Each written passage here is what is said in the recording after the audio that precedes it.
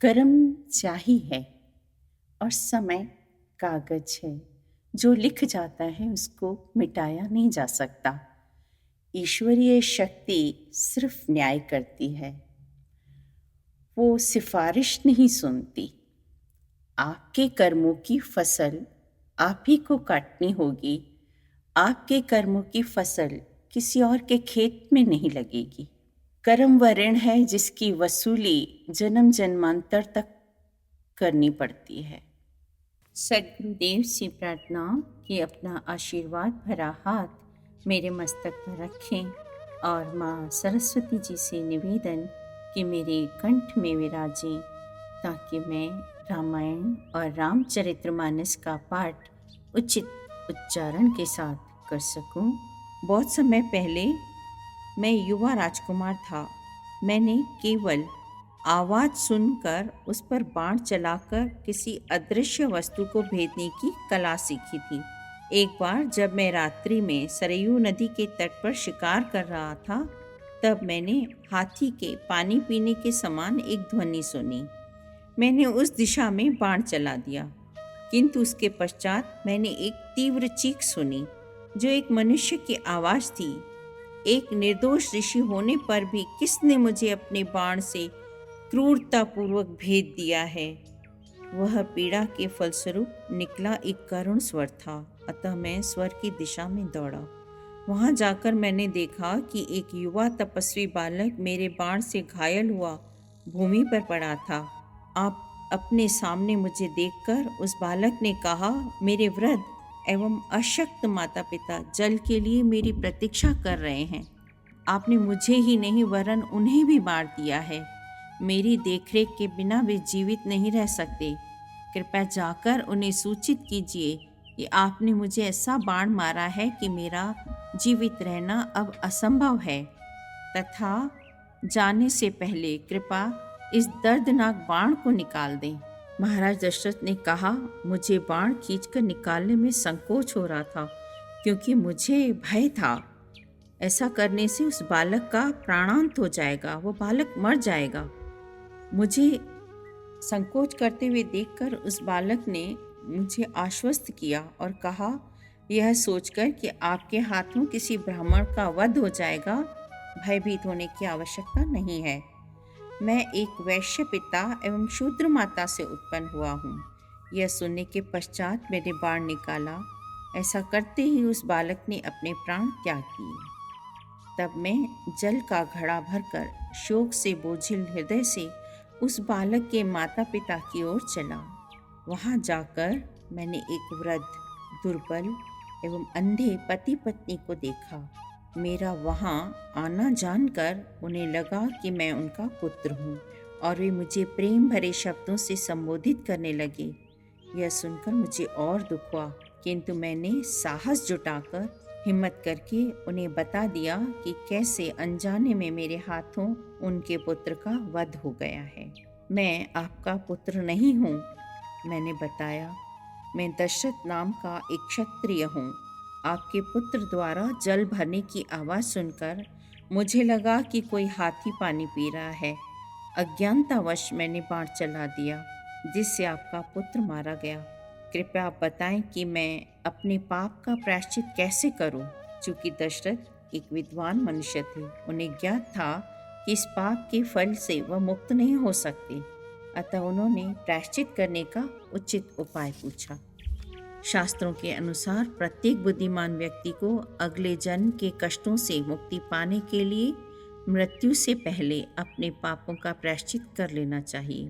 प्रत्येक अपराध की क्षतिपूर्ति उसकी गंभीरता के अनुसार कर देनी चाहिए। मेरी बात सुनकर उस वृद्ध ऋषि ने उत्तर दिया, चूंकि स्वेच्छा से आपने स्वीकार किया है कि आपने पाप किया है, अतः मैं आपको शाप नहीं दूंगा। यदि मैं ऐसा करूं तो आपकी मृत्यु तुरंत यहीं हो जाएगी। किंतु आपने अज्ञानतावश मेरे पुत्र का वध किया है, अतः आपको जीवन दान मिल जाएगा।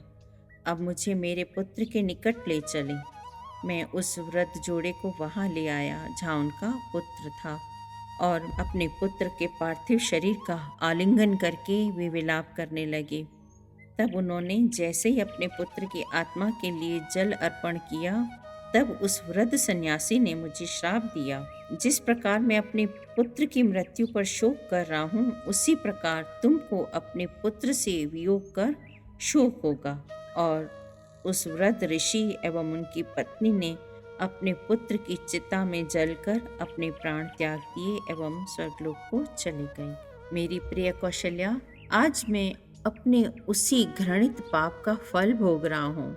मैं शोक से व्याकुल होकर मर रहा हूँ। मेरी चेतना शक्ति धीरे धीरे लुप्त हो रही है, जैसे बिना तेल के दिए की लौ बुझ जाती है। मुझे ऐसा ज्ञात हो रहा है कि मेरी मृत्यु निकट है। महाराज दशरथ राम की स्मृति में ही उसी रात निद्रा में ही पूर्ण निद्रा को प्राप्त हो गए। उन्होंने अपना यह भौतिक शरीर त्याग दिया। कोई भी भक्त जो खाते सोते काम करते या विश्राम करते हुए सदैव भगवान का चिंतन करता है, उसे भगवान के दिव्य धाम की प्राप्ति होती है। यद्यपि राजा दशरथ को अपने किए अपराध का फल भोगना पड़ा, किंतु उन्हें अपने इच्छित लक्ष्य की प्राप्ति हो गई। भगवान राम के साथ सनातन संबंध स्थापित हो गया। अगली सुबह जब भाट राजा को जगाने के लिए उनके द्वार पर आए, जब कक्ष से कोई आवाज नहीं आई, तो रानियों ने देखा कि राजा की मृत्यु हो गई है। तब वे शोक से मूर्छित होकर भूमि पर गिर गईं और होश आने पर पुनः विलाप करने लगी। उनके विलाप की आवाज़ सुनकर कैकेयी भी आई। जब उससे ज्ञात हुआ कि राजा की मृत्यु हो गई है, तब वह भी करुण विलाप करने लगी। मंत्रीगण आकर कौशल्या को एक अलग स्थान पर ले गए एवं उन्हें शांत करने का यथासंभव प्रयास करने लगे। उसके बाद उन्होंने राजा दशरथ के पार्थिव शरीर को तेल के कुंड में रखा, क्योंकि अंतिम संस्कार पुत्रों की उपस्थिति में ही हो सकता था। शासक के बिना अयोध्या की प्रजा विषादग्रस्त हो गई।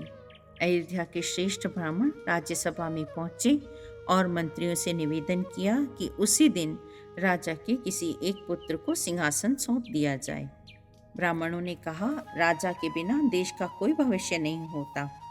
वशिष्ठ ने कहा, चूंकि भरत का चयन पहले ही राजा सिंहासन के लिए उत्तराधिकारी के रूप में कर दिया गया है, अतः शीघ्र ही उन्हें सिंहासन सौंप दिया जाना चाहिए। भरत एवं शत्रुघ्न को अयोध्या वापस लाने के लिए राजा कैकेयी की राजधानी में तुरंत दूत भेज दिया जाए। संदेशवाहकों से कहा गया कि वहां जाकर केवल इतना कहना कि हे भरत, किसी अति आवश्यक काम के लिए अयोध्या से शीघ्र आपको उपस्थित होना प्रार्थनीय है। आपको उपस्थित होना होगा। उस रात संदेशवाहक कैकेयी की राजधानी पहुंचे। इस बीच भरत को एक स्वप्न आया, जिससे वह भयभीत होकर उठ बैठे। भरत को उदास देखकर शत्रुघ्न और उनके मित्र उन्हें प्रसन्न करने के लिए अनेक प्रकार के प्रयास करने लगे, किंतु उनकी हास्यास्पद बातें, हंसी मजाक ठिठोली वाली बातें भरत को अच्छी नहीं लग रही थी। तब वे मित्र भी गंभीर हो गए और उनके मन की बेचैनी को पूछने लगे कि क्या कारण है, इतने बेचैन क्यों हो। तब भरत ने बताया कि पिछली रात मैंने बड़ा ही अजीबोगरीब स्वप्न देखा है। मैंने अपने पिता को अस्त व्यस्त केशों में अर्थात अस्त व्यस्त बालों में उदास स्थिति में एक पर्वत की चोटी से कुंड में गिरते हुए देखा है।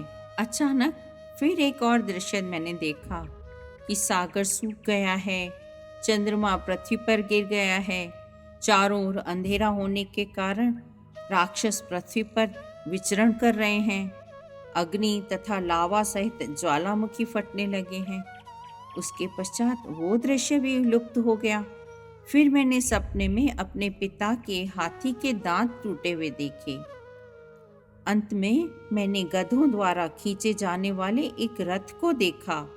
पता नहीं मैंने क्या क्या देखा है। आज मैं अपने मन को बड़ा व्याकुल अनुभव कर रहा हूँ, किंतु इन सभी प्रतिक्रियाओं का कोई स्पष्ट कारण नहीं है। ज्यों ज्यों मैं विचार करता हूँ, त्यों त्यों यह विश्वास होता जा रहा है कि ये जो दुखदायी स्वप्न है वो आने वाली किसी विपत्ति का संकेत है। जब भरत बोल रहे थे, तभी अयोध्या से संदेशवाहक उनके कक्ष में प्रविष्ट हुआ। जय राम जी की। अगर आपको मेरा वीडियो पसंद आया है तो मेरे चैनल को सब्सक्राइब जरूर करिएगा और अपने ही जैसे राम भक्तों को शेयर जरूर करिएगा। जय राम जी की।